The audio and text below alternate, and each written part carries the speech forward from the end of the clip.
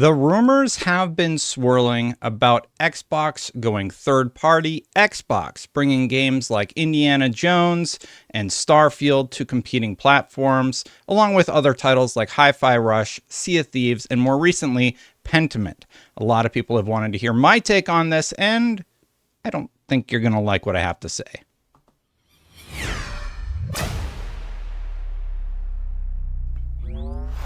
Before we get to that, let's talk a little bit about the history of this story, because already Nate the Hate has sort of walked back some of his original statements. More recently, he said, over the course of the week, I've rechecked the info mentioned below, and the information suggesting Starfield was PS5 bound is false. I will not delete the tweet. I'll own the mistake. A previous report from January discussing Microsoft bringing games multiplat remains accurate. So that leaves the other rumors from Jeff Grubb about Gears of War, for example, coming to other platforms, still out there. Sea of Thieves, Hi-Fi Rush, and Pentiment as true. And it would seem that Pentiment and Hi-Fi Rush are the most likely, with Sea of Thieves potentially trailing behind. Now, a lot of people have acted very surprised about this development. I am less surprised because this is something that I have been discussing on the channel for a long time. The idea of something like Xbox Game Pass or xCloud being available on the Nintendo Switch and the PlayStation console. This is something Xbox has seemingly wanted for a very long time. Taking a trip down memory lane, do you remember when Phil Spencer had the Nintendo Switch on his shelf and everybody lost their minds, including, this is Special Nick's account. He said, the cat seems to be out of the bag on Nintendo and Xbox. You'll hear more in the fall. This is from 2021. And a user said, better not be Game Pass on Nintendo or else rip to ever owning an Xbox LMFAO. Now, the crazy thing about all this is that the rumors have been talking about how Xbox isn't going to make consoles anymore. We know from the FTC documentation that that is not true. And more recently, Shannon Liao broke the exclusive story that the company held an internal Tuesday town hall where Spencer told employees that there were no plans to stop making consoles and that Xboxes would continue to be part of a strategy that involves multiple kinds of devices. Xbox did not immediately return a request for comment. Now, to me, the FTC documentation, this story, everything that the team and Phil Spencer has talked about has indicated that they're not going to get out of the console market anytime soon. They are just going to bring some of their games at full price to competing platforms a year or years after they have been available for their own users. Let's go back all the way to 2020. This is from the Epic versus Apple case. But I did want to just let you know that I have your point on xCloud on other consoles. Haven't given up. This is Phil Spencer talking to Tim Sweeney about his desire to get Xbox everywhere. A slogan that I believe that they're going to be bringing back. I called it on Twitter, and it seems Tom Warren echoes that over at The Verge. But here's what they were discussing. I owe you a bunch of things and I'm behind. I apologize for that. Just a lot going on, but that's not an excuse. You've obviously seen our Samsung announce and now our back and forth with Apple. At the highest levels of Microsoft, we are committed to pushing on these policies and continuing to expand our console platform's capabilities. You can chime in as you feel comfortable, but I did want to just let you know that I have your point on xCloud on other consoles. Haven't given up. Free to play outside of gold. We will get there, and I want to partner with you and our store entitlement ideas as items I'm going to review with you to make progress. I'm committed to that, just behind. So this was 2 years ago. Now we have the FTC, who is wondering if Xbox is coming monopoly, which, by the way, would be another reason for Xbox to release more of their games on other platforms, because it strengthens their case against the FTC should the appeal go through. You have Satya Nadella getting on the stand at the FTC saying if he had it his way, he would get rid of exclusives altogether. And if I had it my way, everybody would be subscribed, but they're not. So hit that subscribe button, hit that bell. So many of you watch and are not subscribed. So if you like this content, please consider hitting that button. If you're already subscribed, hit that like. But it's not just consoles, you know. Xbox Game Pass could come to Steam, says Valve's Gabe Newell. This was from 2022. And it's just conversations like this that have been ongoing for a very, very long time. So to me, Xbox has always been very clear.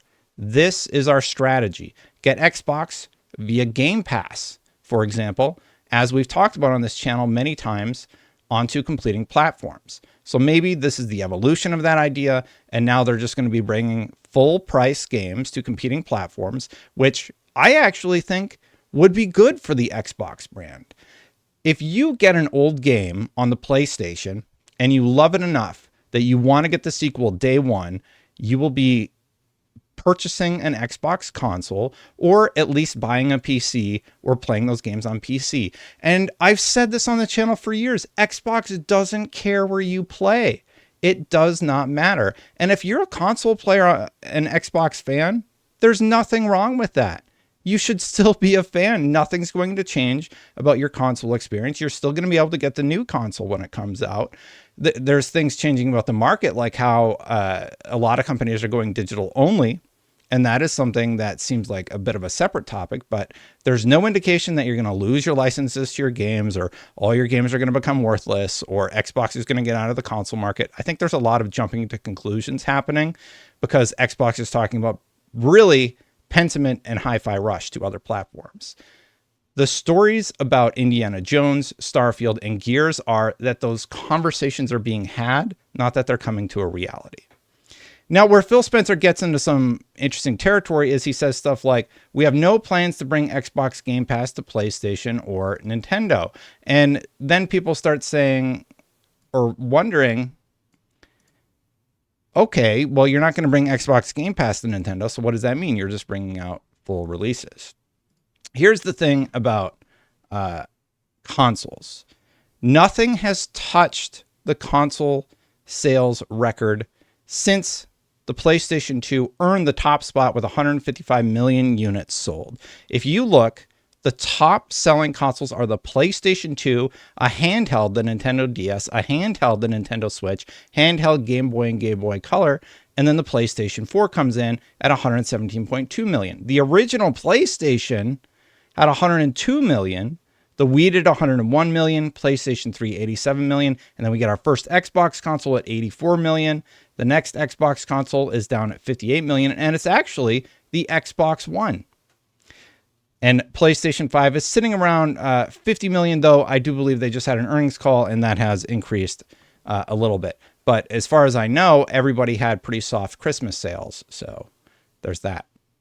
Now, there's this article from Tom Warren about Xbox prepares to take Xbox everywhere. I said they're going to probably bring back this slogan, and it seems like they are. The first two games that are set to appear on rival consoles are Hi-Fi Rush and Pentiment, according to sources. Microsoft is also currently planning to launch Sea of Thieves on non-Xbox platforms later this year, with other first-party titles also under consideration.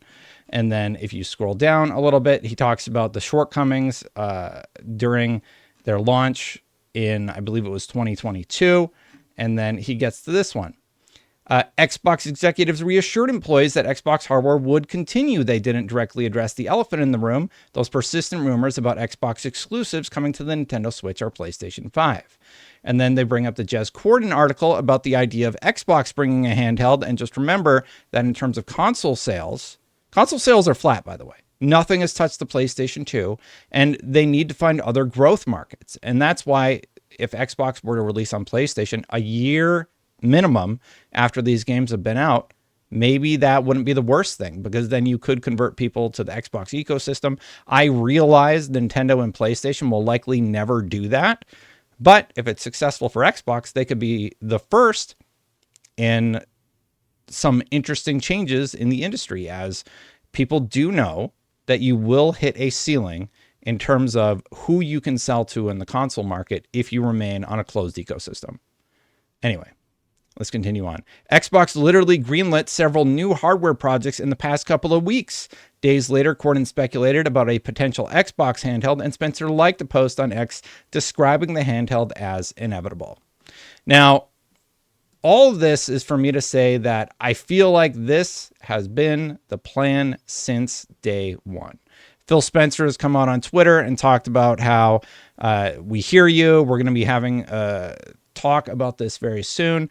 Xbox posted an official post saying, please join us for a special edition of the official Xbox podcast. A podcast is a very interesting format to have this conversation, because I watched, I can't remember who it was, but he pointed out, like, if you have no idea what's going on, this seems exciting. Like, oh, this is great. Hear from Phil Spencer, Sarah Bond, and Matt Booty as they share updates on the Xbox business. Everybody else on the internet seems to think that this could potentially be bad. I don't think so. I think, as I stated in the front of this video, this has been the Xbox plan all along. Satya Nadella has said so. Phil Spencer has said so since 2020. We have speculated as much with the idea of xCloud or Xbox Game Pass coming to competing platforms. I have seen videos of people booting up xCloud on their PlayStation 5 via the browser and playing Xbox games on their PlayStation. So this is a reality. This is possible. And I think this is the future that we've been headed to for a long time, because console sales are flat and we see the profit margins on these games getting thinner and thinner. So people are looking for new ways. PlayStation games are coming quicker than ever to PC. Helldivers 2 is a massive success, and it was technically a PlayStation exclusive that launched on PC, and it currently beats out Counter-Strike for concurrence. That is not unheard of, but it is shocking to say the least, as Counter-Strike is one of the top Steam games played. And Helldivers 2 is great, by the way. I'm probably going to make a video about it because I love it that much. So my take is, this isn't bad. I think things are going to be fine. If you're a console player, you're still going to be able to get your console experience. I like to play on console sometimes, like if I'm chilling on the couch or I don't want to play on my PC, then I will play on console. And that's totally fine. That's not going to be taken away from you. It doesn't seem like your games are going to be taken away from you. Future consoles will continue to be released.